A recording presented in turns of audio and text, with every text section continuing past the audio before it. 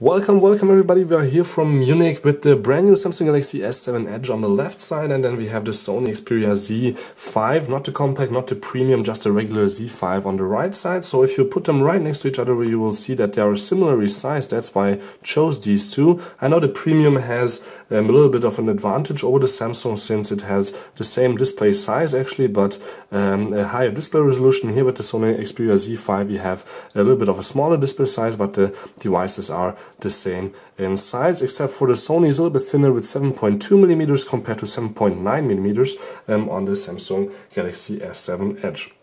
But therefore the Samsung has also a little bit of a bigger battery, and also the Sony has a smaller display resolution and a smaller screen, so it doesn't need that big of a battery. The consumption is just not that high with 5.2 inches compared to 5.5, and here we have not full HD like on the Sony, but the quad HD resolution, which is 2560 times 1440.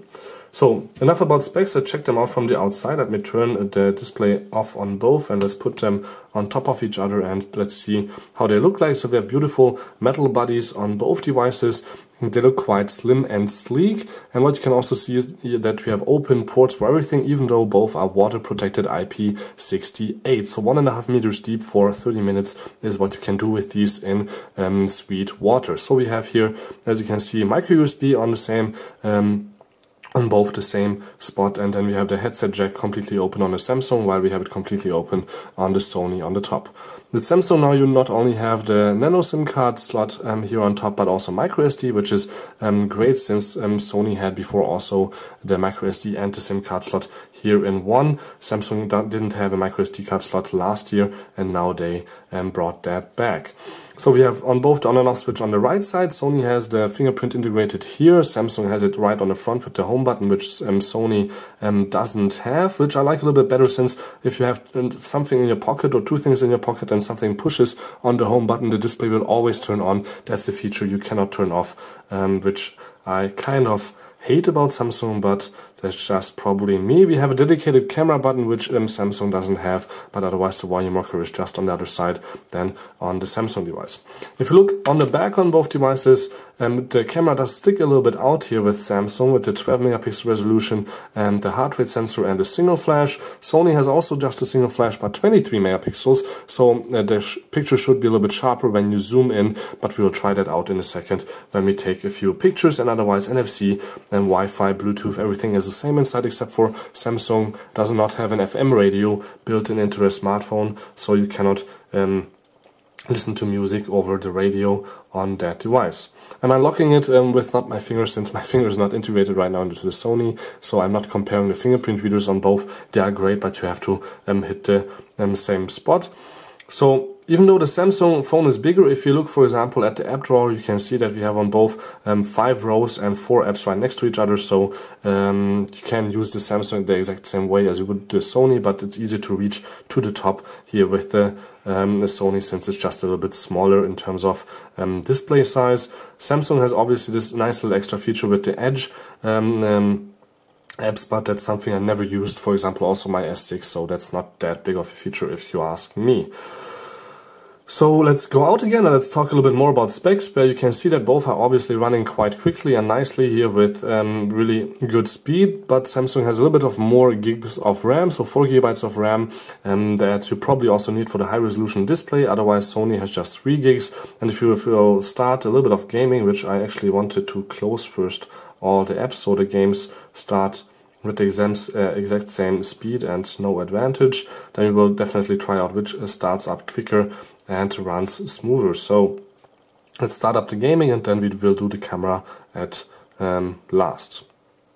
I didn't mention the front cameras on both. We have on both 5 megapixels for the front. Sony has 5.1 to be exact, but on the back the Samsung has a little bit of an advantage in terms of sensor size when it comes to camera, since we there have 1/2/6 of an inch of sensor, and we have here on the Sony 1/2/3 of an inch for the sensor with Sony. So we have on both the game started. Let's just do here the first run, and then we can see that we have a little bit of more washed out colors on the Sony, which Does not mean that it's worse, but the colors are just a little bit more vibrant, you could say, on the Samsung. If I go a little bit closer, maybe you can see it better. Okay, I died in both games at the same time. I jumped too late, but yeah, it's alright. Just wanted to show anyhow how quickly the game starts up and how both compare in gaming quality. There's obviously on both some lags happening, but that's just due to the programmers that didn't do a perfect job. We have on the Samsung the brand new Qualcomm Snapdragon 820 processor, which should be a little bit faster than the 810 on the last generation, but actually they're not using the full speed in the Samsung phones for the processor. That's what I heard by Qualcomm, so it doesn't matter much that we have a faster processor since they don't use all of their capabilities, since it would be just get too hot.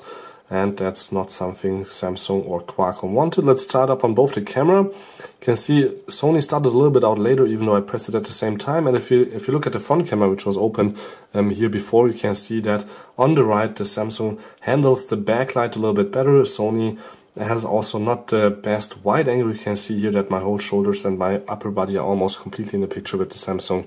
But with Sony, I have to go a little bit further away to do a selfie. Or for example, if I have friends in the picture, that's a little bit harder to do with just one hand. And let's turn around the camera and take a picture, for example, of the Samsung package that you can see here.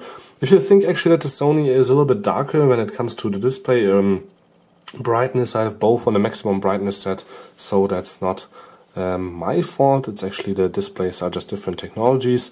You can see here that both have a nice picture. The Sony has maybe a little bit better of a wide angle, but that might be due to the smaller display size, that it's an optical illusion. Otherwise, we have really fast focus on both, so we don't have to wait long to focus on anything, like for example here on the package. And if you take a picture, Sony was a little bit slower when it comes to saving, but otherwise they are pretty much the same. If you ask me, you can shoot also with both 4K videos, so you don't have to worry about that. And both have an optical image stabilization, so you can do nice sports shots maybe also. So this was just a really short comparison of both beautiful smartphones here by Sony and Samsung, the Z5 by Sony and the S7 Edge here by Samsung. Thank you very much for tuning in. Don't forget to subscribe. My name is Balazs, and till next time, peace and then again.